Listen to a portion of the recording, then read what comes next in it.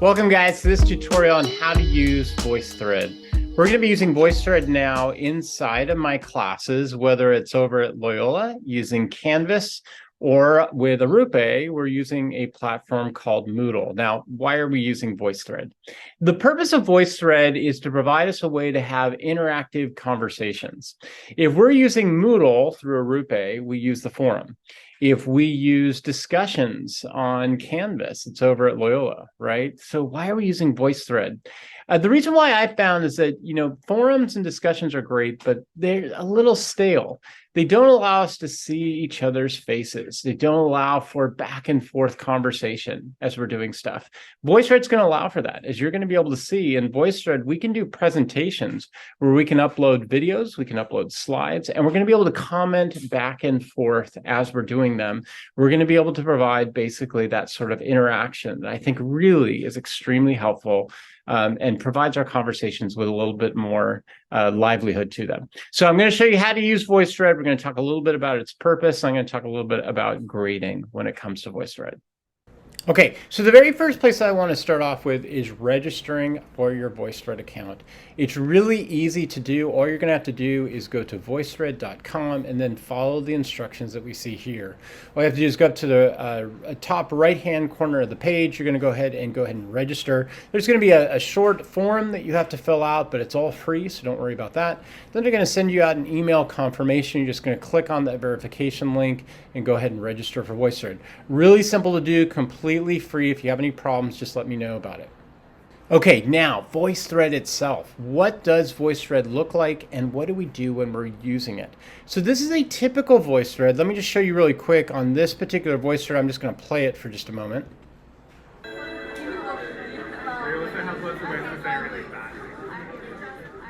Did you know that spoken language has been in use? Okay, so you're going to notice here that this particular one is a video. It's been really well done. It's uploaded up to VoiceThread. We could also do pictures up here. I could put in text. There's a lot of different things that I could do. What's going to be important, though, at this point is your ability to comment on VoiceThread. So how are you going to do that? So the way you do it is by coming right over here. As you're going to see, there's this button right here. There's a plus button. If I click on that plus button, notice all these things that pop up. So what are these things that you're going to be able to do? So the ABC represents where you can click on that and you can basically type in text. The phone, believe it or not, you can call in, you can provide a comment that way. You're going to notice the microphone up here. The microphone is used for audio, so that's just if you want to comment through audio. The camera over here, which is the one we're going to use most often, is going to be where you provide both what I'm doing right now, so that would be so you can see me as well as my comments. And then that final one, which is the upload, that basically is where you're at home and you're doing something, let's say on QuickTime or whatever, and you want to upload that file up, you can upload it as well. Now, when we do all of this, the next thing I want to show you, because eventually you're going to be doing this, is sharing out a VoiceThread. So if you create a VoiceThread, how do you share one out? It's really simple. All you have to do is go up here to these three bars. When you click on the three bars, you're going to go down to the share button. And that brings up right over here the copy link. All you have to do is take that, put it onto your clipboard, and now you can just paste it and share it out with people. You're also going to notice that you could also embed, so you can get the embed link down here and you could go ahead and embed it as well. So there are a lot of options that you can use as far as sharing out VoiceThread goes. It's a really simple system to use. So what are some of the purposes that we're going to be using VoiceThread as we go along? Well, there are a few. One possibility is modeling. You're going to be able to see different models of how we do writing, whether they're student-produced or teacher-produced, and you're going to be able to provide comments on that. And that's really important. The more reflection you do on what works with writing and what you can improve on, the better you're going to get over time. Another possibility with the VoiceThread is student presentations, whether it's individual or group. You're going to be able to do presentations and then provide comments back and forth, whether they be ones that have video and audio, or if they be written types of things that we can put back on there. We can do debates back and forth on VoiceThread where people can post their ideas and say why they agree or disagree with other people.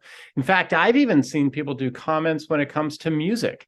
I've I've seen people do videos of guitar lessons where people can provide comments back and forth. There are a ton of options that we can do as we're doing VoiceThread, and you're going to be able to see all these as we're moving forward this semester. Okay, how about assessment? How do I grade you on using VoiceThread? Well, it's really no different from any of the other types of gradings we do. You're going to be using that T model: topic, sentence, evidence, and analysis. Just good argumentation.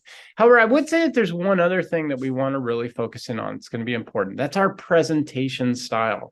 Whenever you're doing presentations, you want them to be engaging. You know what it's like when people do presentations that just really aren't all that appealing. So what makes for a good engagement when you're doing presentations? Well, for one thing, you don't want to just read straight off of slides that you give. Sure, slides are important, notes are important, they're good for glancing, they're good to provide you with an outline, but you don't want to just read straight off of them. You want to be able to expand and provide more elaboration. The other thing you want to do is have good eye contact. So like, for example, I'm about 3 feet away from my computer. I'm staring into that video up at the top of the computer and making sure I have good eye contact. Also, vocal intonation. You want to have varied vocal intonation. Don't just provide a monotone voice throughout your entire presentation. When you give good presentations like that, you give good confidence. You appeal to your audiences. And yes, that is going to be a part of your grade when we do presentations off of that. So what are our big takeaways that we can think of when we do VoiceThread? First off, remember, this is a good way of providing more of an interactive discussion. It's not real time, but it's pretty close to it. You can see people's faces. You get to hear what they're conversing. You want to make sure you provide good arguments on VoiceThread. So that includes topic, sentence, evidence, and analysis.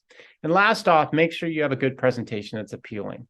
And that means you want to look into the computer, make sure you have good eye contact, use your notes, yeah, but glance up and down off of that and provide good varied vocal intonation.